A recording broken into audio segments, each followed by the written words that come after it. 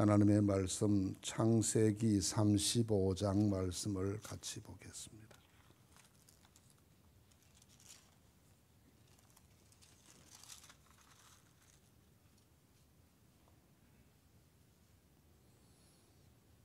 (1절에서) 5절 말씀까지 교독하겠습니다.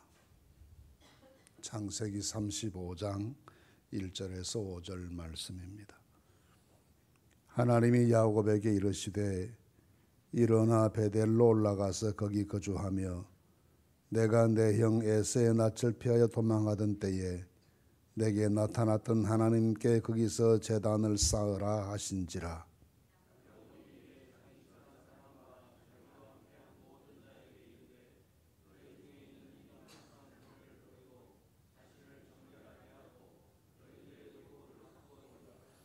우리가 일어나 베델로 올라가자 내 환난 날에 내게 응답하시며 내가 가는 길에서 나와 함께 하신 하나님께 내가 거기서 제단을 쌓으려 하노라 하매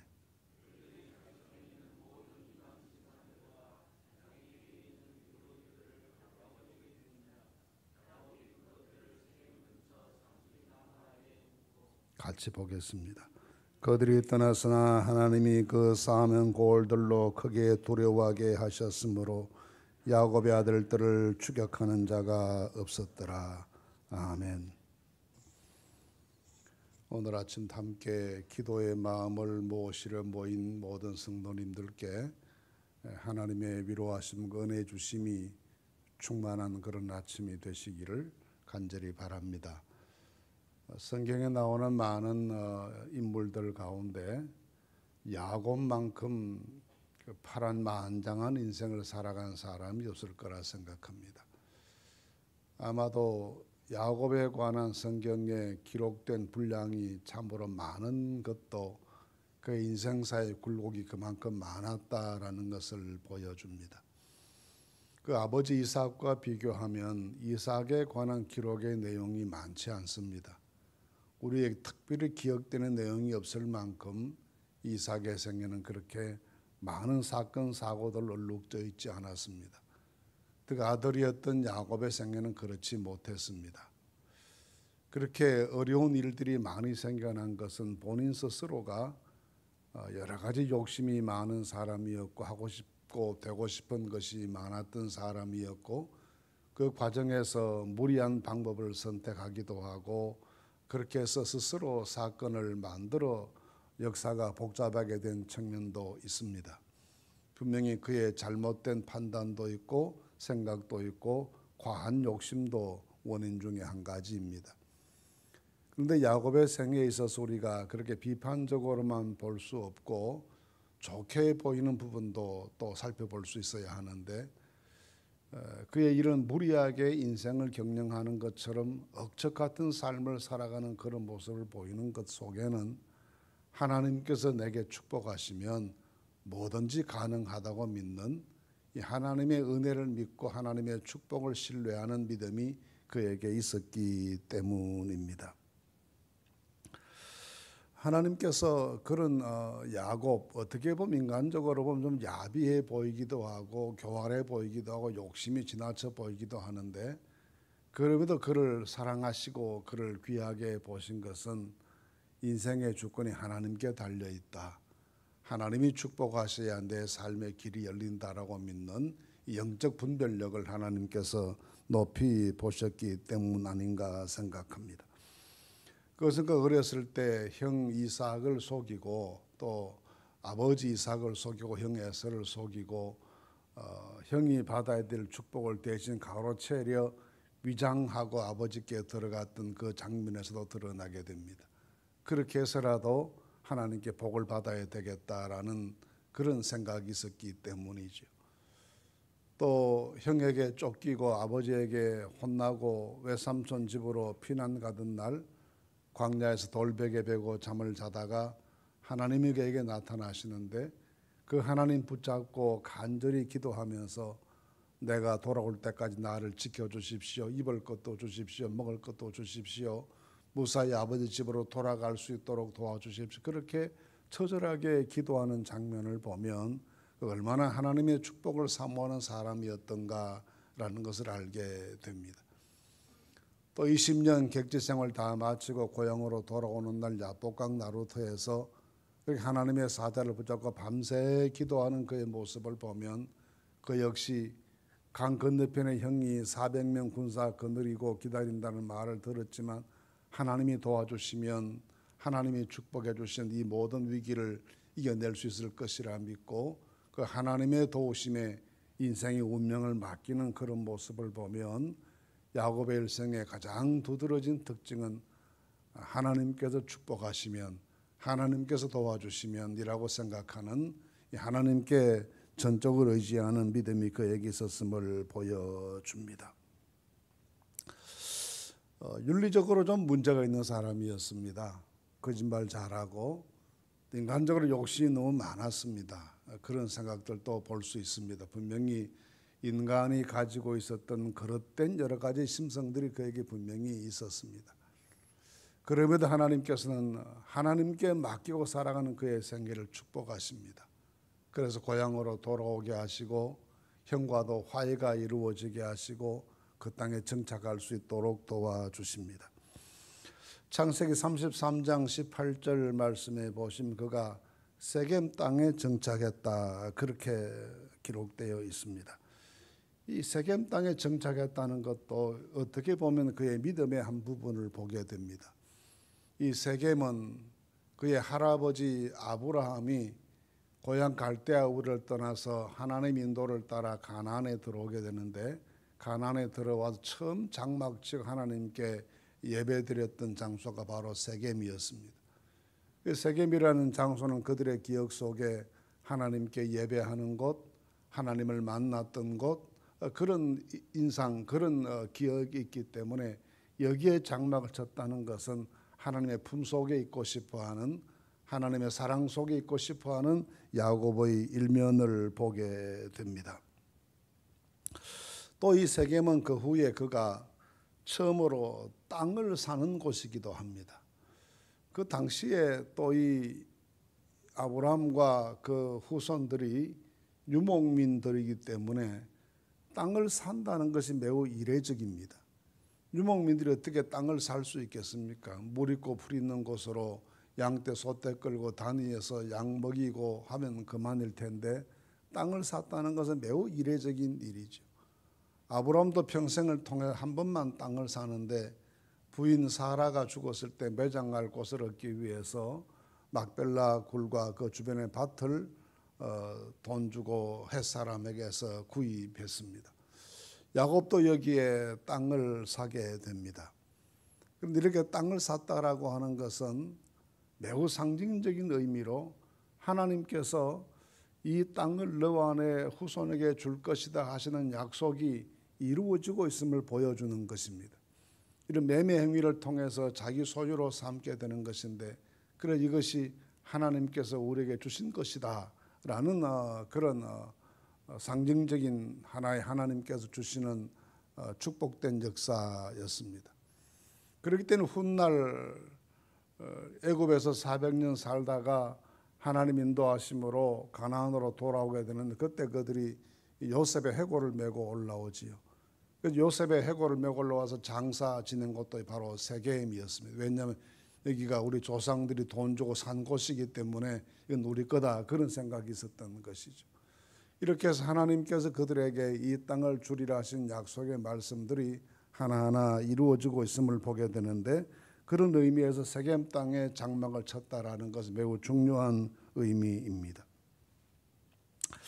이런 세겜 땅에 장막을 쳤다라고 하는 이 근처가 역사적으로 굉장히 중요한 장소가 되죠. 인근에 베델도 있고 또 인근에 그리심산과 에발산도 위치하고 있고 해서 역사적으로 굉장히 중요한 사건 역사가 이루어지는 그런 일종의 성소와 같은 곳으로 구별되는 곳이 되게 됩니다. 그래서 조부 아브라함의 흔적이 있는 곳이고 신앙적 체험이 있는 곳이었고 또 이곳이 가나안 땅의 남북을 관통해 가는 일종의 교통의 요지에 있었기 때문에 당시 사회에서는 비교적 문명화가 이루어진 곳이었고 외부인에 대한 수용력이 있는 곳이었기 때문에 정착하기도 쉬워서 이곳을 정착지로 판단하고 정착했다, 그렇게 볼 수 있습니다. 행복한 가나안 생활이 시작됐습니다. 그런 뜻하지 않는 사건으로 가정 전체가 휘청거리게 되는데, 딸 디나가 그 지역의 주장이었던 청년 세겜에게 성폭행당하는 사건이 생겨나게 됐습니다. 모든 가족들이 분노했습니다.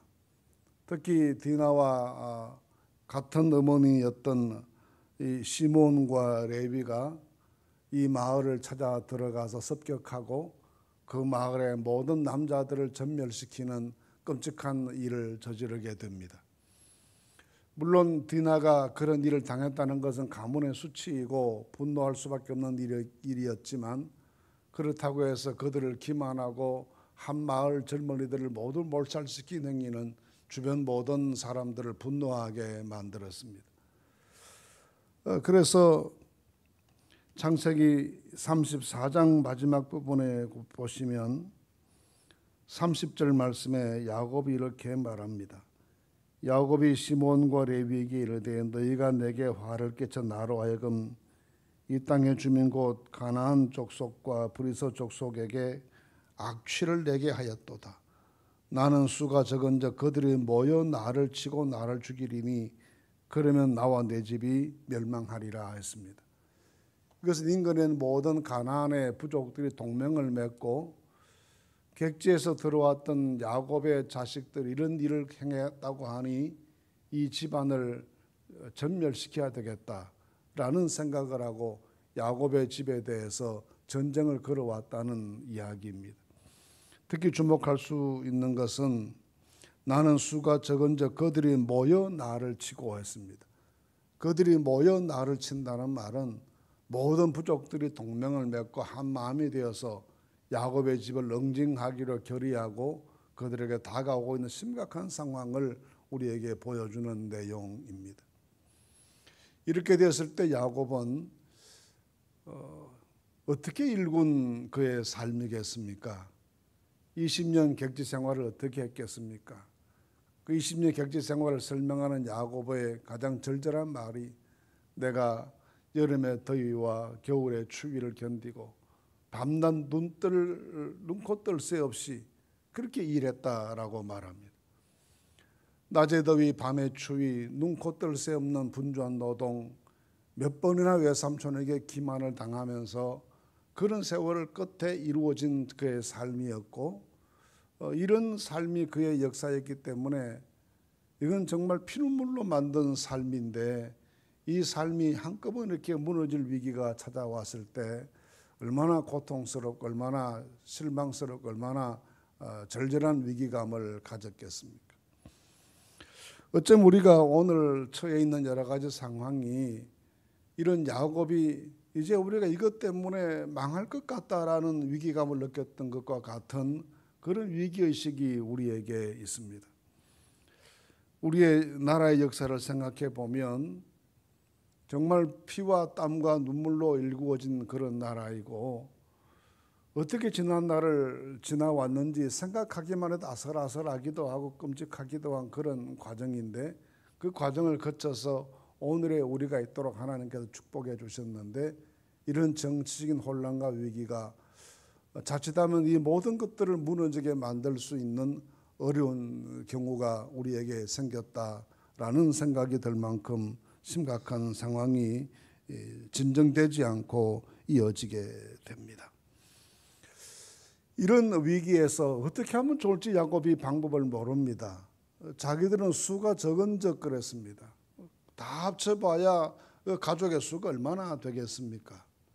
그리고 막 객지에서 돌아왔기 때문에 그 지역의 다른 부족과 동맹도 맺어질 수가 없었을 것이고, 특별히 그들을 도와 함께 다른 부족을 대응할 수 있는 지원군을 맞이하기도 찾기도 난감한 그런 상황에서 쳐들어오면 당할 수밖에 없는 그런 위기가 그에게 다가왔습니다. 그때 하나님께서 그에게 주시는 말씀이 35장 1절 말씀입니다. 일어나 베델로 올라가라, 그렇게 말씀하십니다. 베델로 올라가라 하시는 말씀의 이유가 거기서 하나님께 제단을 쌓으라 하신 것입니다. 위기는 현실적이고 정치적인 문제였습니다. 다른 부족들이 동맹을 맺고 자기들을 쳐들어오는 사건인데 하나님께서는 베델에 올라가서 거기서 하나님께 예배드려라 하는 것을 처방으로 제시하십니다. 하나님께 베델에 올라가서 하나님께 예배드려라, 제단 쌓으라 하시는 이 말씀 속에 위기가 찾아왔을 때 하나님을 의지하고 믿음으로 사는 사람이 어떻게 대응해야 되는지를 보여주시는 하나님의 음성이 이 속에 있다고 보여집니다. 그 첫째는 하나님과 약속을 기억해라는 말씀입니다. 베델은 야곱에게 있어서 잊을 수 없는 역사가 있던 곳입니다. 아버지 집을 떠나서 외삼촌 라반의 집으로 피난 가다가 돌베개 베고 잠을 잤는데 그때 하나님 만난 곳이 베델이었습니다. 그때 그가 약속하기를 하나님께서 나로 무사히 내 아버지 집으로 돌아오게 하시고 그 사이에 입을 것과 먹을 것을 내게 허락하셔서 건강하게 아버지 집으로 돌아오게 하시면 이곳에 내가 하나님의 제단을 만들고 여기에서 하나님께 예배드리겠습니다. 그래서 그 이름을 베델이라 불러서 하나님의 집이라 그 지역을 그렇게 명명하게 됩니다. 근데 돌아오고 나서 까맣게 잊어버렸습니다. 정착하는 일에 바빴겠지요. 얼마나 새로운 삶의 근거를 만들고 틀을 만들어내고 많은 자식들, 가족들 거느리기 위해서 아버지 야곱의 할 일이 많았겠습니까? 분주했겠죠. 그 하나님과 약속을 까맣게 잊어버리고 현실 생활에 부지런히 열심히 살았습니다. 근데 하나님께서 이렇게 위기를 당한 날 베델 올라가라 말씀하시고 거기에서 제단 쌓아라 말씀하신 것은 하나님과 약속을 기억해내고 하나님과 잊어버린 약속을 다시 실천해내는 신앙적 결단을 새롭게 하라 하시는 말씀입니다. 그때 그 하나님께 약속하기를 이곳이 하나님의 집이 되게 할 것이고 내게 주신 모든 것을 11조 잘 드리겠습니다. 그렇게 약속했는데 그곳을 하나님의 집으로 만드는 일도 하지 않았고 하나님께 11조 드리는 헌신 생활도 소홀하게 했습니다. 하나님께서는 이 위기 때 그로 하여금 이 모든 하나님과의 약속을 기억하라고 재촉하십니다. 우리가 정말 어려웠을 때 하나님께 기도하면 하나님 우리에게 이 나라에 이런 일을 주시면 이런 은혜를 주시면 우리가 이렇게 살겠습니다 하고 약속한 것이 얼마나 많았겠습니까? 거룩한 백성 되겠습니다. 세계 만방에 복음 전하는 나라가 되겠습니다 하고 등등 하나님께 서원하듯 기도하고 부러지져 눈물을 호소하던 일들이 많았습니다. 모든 문제가 해결된 우리에게 그 실천은 줄어들었고 우리의 안전과 안락한 생활을 위해서는 모든 것을 아끼지 않으면서 하나님의 거룩한 사역을 위해서는 점점 더 나태해진 우리 모습이 있습니다. 이런 위기 때에 이런 우리 모습을 기억하고 하나님과의 언약을 회복하는 믿음의 결심이 필요합니다. 두 번째 문제는 회개하라는 말씀이었습니다. 이 회개하라는 말씀인데 가장 큰 문제는 야곱의 아들들이 이 세겜족의 남자들을 다 집단으로 학살한 잘못 아니겠습니까? 물론 디나의 사건은 있을 수 없는 일이고 그런 일이 사회적으로 용납돼서는 안 될 끔찍한 범죄이지요. 그렇다고 해서 죄 없는 다른 사람들을 집단으로 학살해도 괜찮다는 이 광기는 결코 허락해서는 안 되는 것입니다. 우리 사회 속에 광기가 지나치게 난무합니다. 그래서 일이 점점 더 어려워져 갑니다.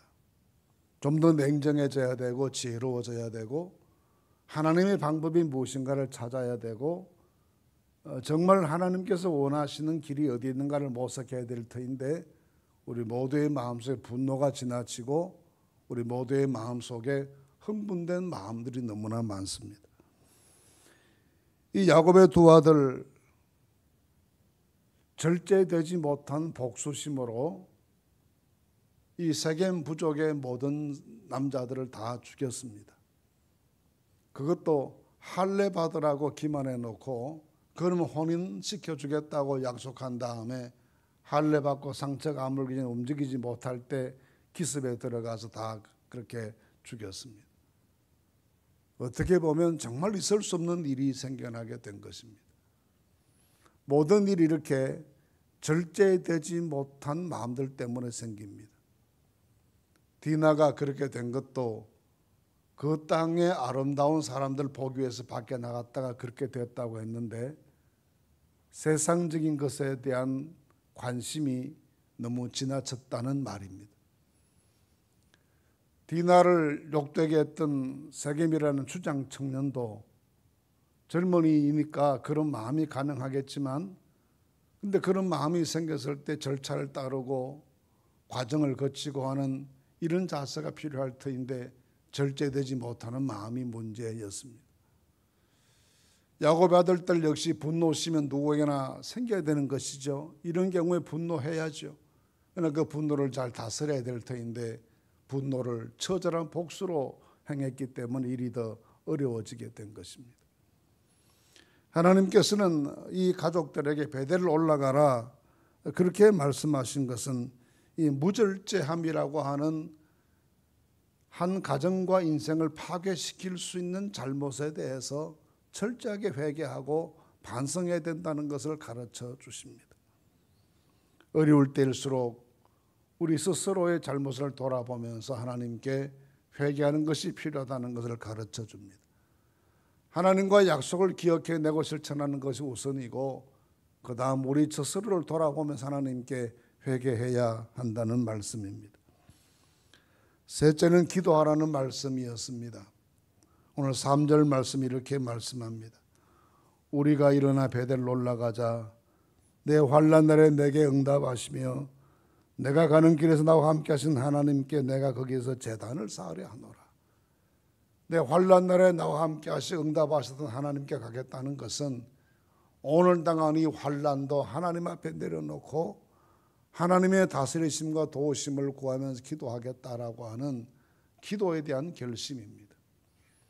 하나님과의 약속을 기억해내고 하나님과의 관계를 회복시키고 자신들의 잘못을 깨달아 회개하고 그리고 난 다음에는 이 환난의 모든 일을 다스리실 분은 하나님뿐이시니 하나님께 우리가 온 가족이 하나님께 일을 가지고 기도하자. 그래서 같이 베델로 가자는 말입니다.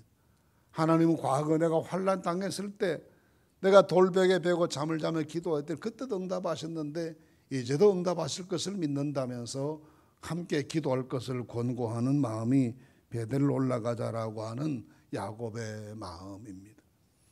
오늘 아침 우리 모두가 베델로 올라가야 될 때입니다.